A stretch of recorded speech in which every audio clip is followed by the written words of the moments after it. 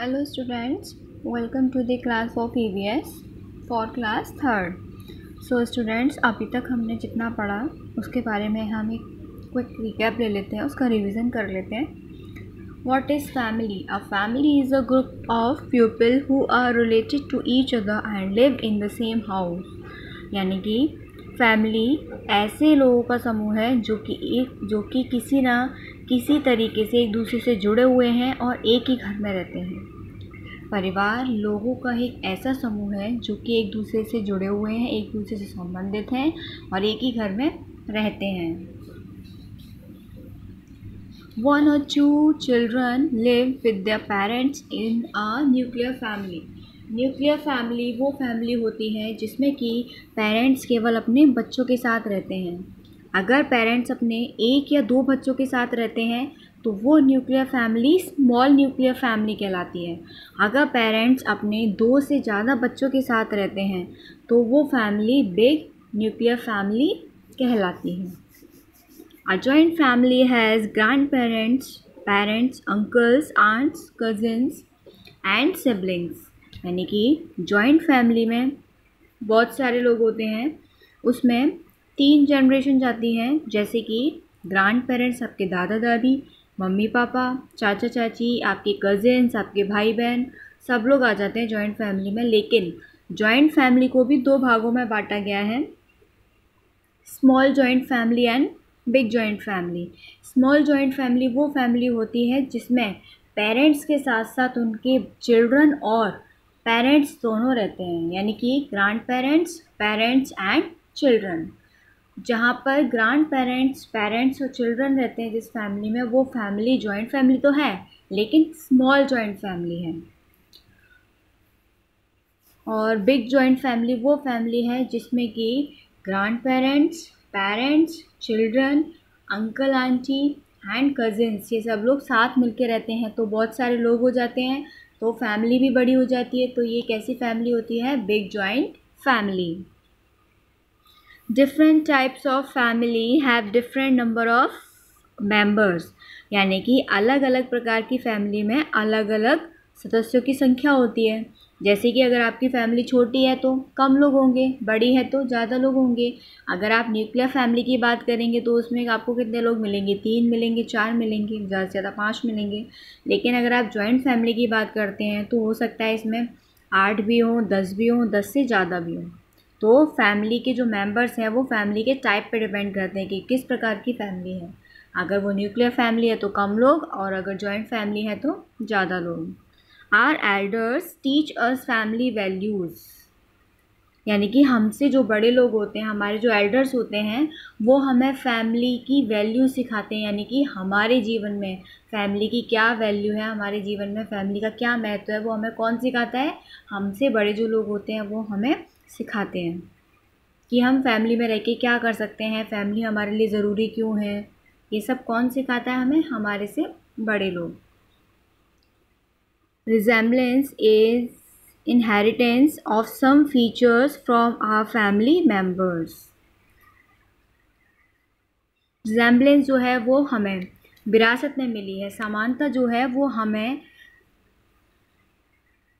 विरासत में मिली है. आपने देखा होगा कि फैमिली में कुछ मेंबर्स ऐसे होते हैं जिनमें कुछ ना कुछ समानताएं होती हैं. जैसे कि किसी के आँखें सेम होती हैं, किसी की नोज़ सेम होती है, किसी का फेस बिल्कुल मिलता जुलता है, या किसी के बालों का कलर, या किसी के बात करने का तरीका, या किसी का बिहेव करने का तरीका, ये सब किसी ना किसी का मैच होता है ना, समान होता है. तो ये समानता हमें कहाँ से मिलती है? तो विरासत में मिली है. यानी कि हमारे ग्रैंड पेरेंट्स से हमारे पेरेंट्स को मिली है और पेरेंट्स से हमारे को. जैसे कि आपने देखा होगा कि कुछ लोग कहते हैं ना, ये तो बिल्कुल अपनी मम्मी पे गया है, या ये तो अपने बिल्कुल पापा पे गया है. ऐसा क्यों? क्योंकि ये चीज़ विरासत में मिल रही है उनको कि ग्रैंड पेरेंट्स से पेरेंट्स को मिली है और पेरेंट्स से चिल्ड्रन को.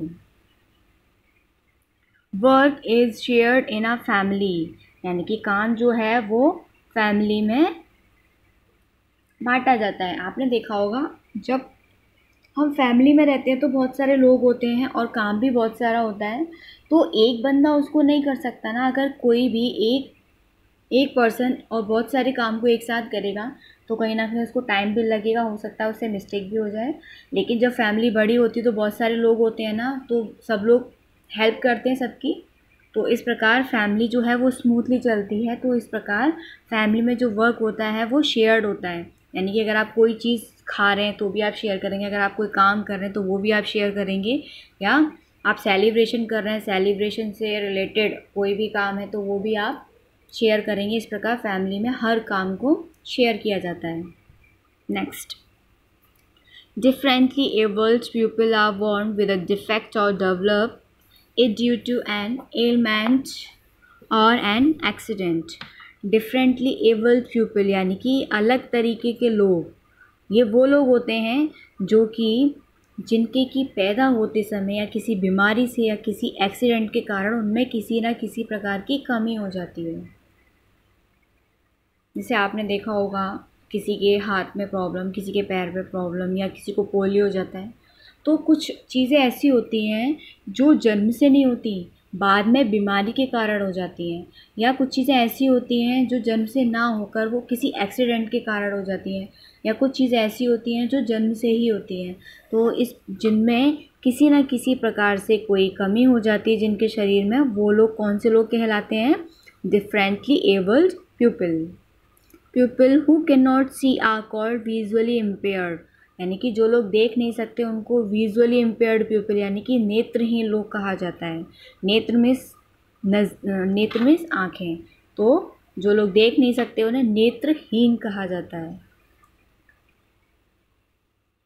The people with speech and hearing impairments use sign language to communicate, यानी कि जो लोग बोल नहीं सकते या जो लोग सुन नहीं सकते वो कम्युनिकेट करने के लिए साइन लैंग्वेज का यूज़ करते हैं।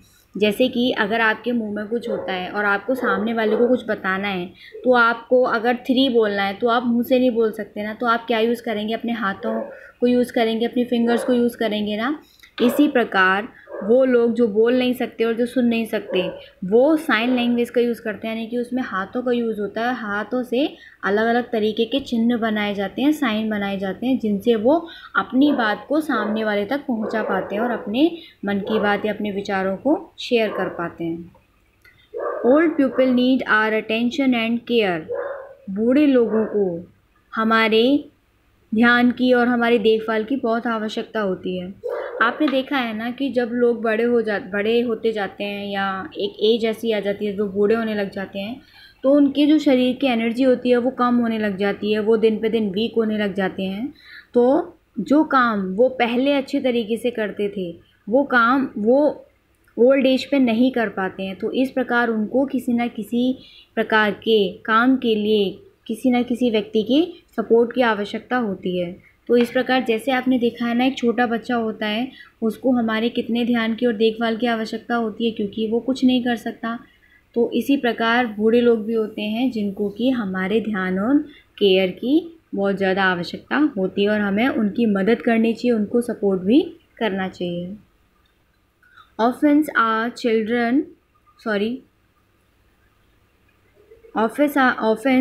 Children who do not have parents, यानी कि ऑफेंस वो बच्चे होते हैं जिनके पेरेंट्स नहीं होते, यानी कि अनाथ।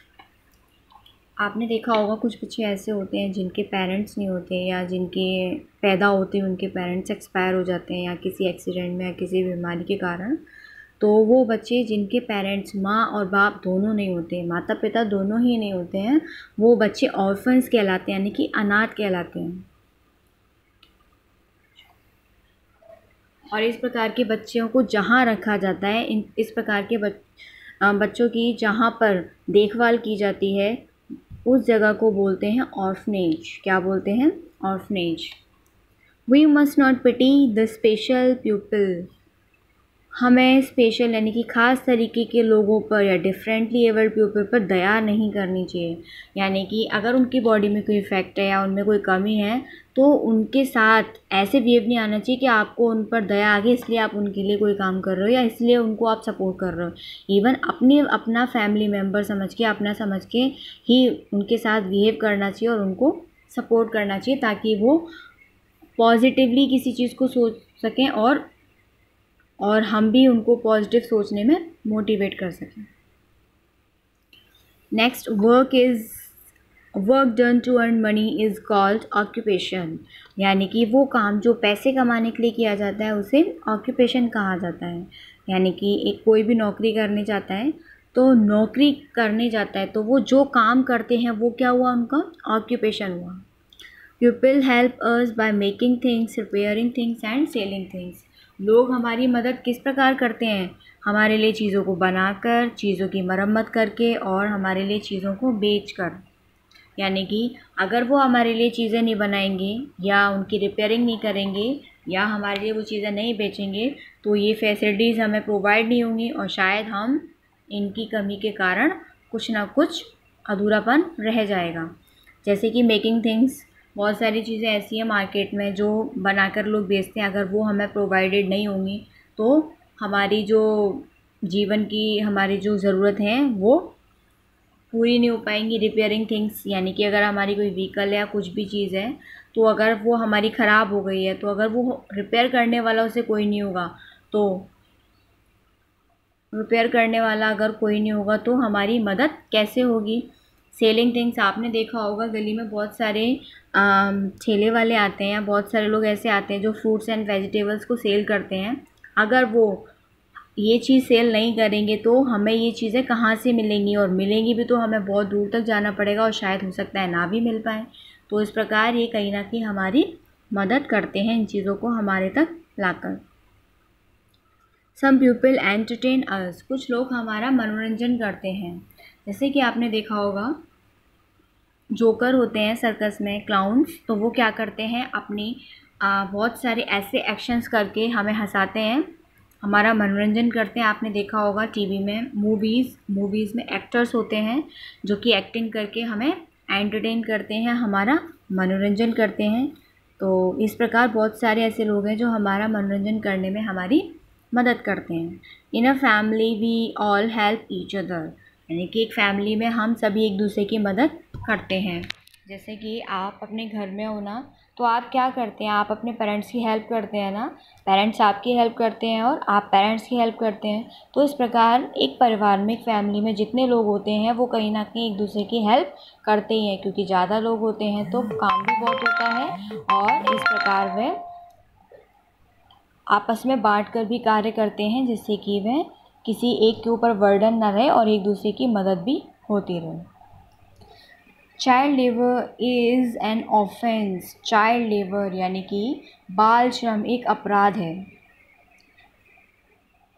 बाल श्रम क्या है, चाइल्ड लेबर क्या है, किसी भी कठिन कार्य में 14 साल से कम उम्र के बच्चे को शामिल करना ही चाइल्ड लेबर कहलाता है। यानी कि अगर आप कोई भी काम 14 साल से कम के बच्चे से करवाते हैं तो वह एक अपराध है। तो इस प्रकार हमें ऐसा नहीं करना चाहिए क्योंकि अपराध है और हो सकता है इससे आगे जाके नुकसान भी हो सके। इवन हमें उनको काम पर नहीं रखना चाहिए, इवन हमें उनको पढ़ाई के लिए मोटिवेट करना चाहिए ताकि वो पढ़ें और शायद कुछ आगे जाके कुछ अच्छा करें। Leisure and rest are very important for our body. Leisure होता है खाली समय और रेस्ट मीन्स आराम। तो यानी कि खाली समय और आराम जो है वो हमारी बॉडी के लिए बहुत ही ज़्यादा ज़रूरी है, क्योंकि जब हम काम करने के बाद थक जाते हैं तो हमें कहीं ना कहीं आराम की आवश्यकता होती है और अगर हमारे शरीर को आराम मिलता है तो हम ज़्यादा काम कर सकते हैं। Money earn from occupation is called income, यानी कि आपने जो काम किया वो हो गया, आपने पैसे कमाने के लिए जो काम किया वो हो गया ऑक्यूपेशन, लेकिन उस काम से आपने जो पैसा कमाया वो क्या हुआ, आपकी इनकम हुई। Thank you students.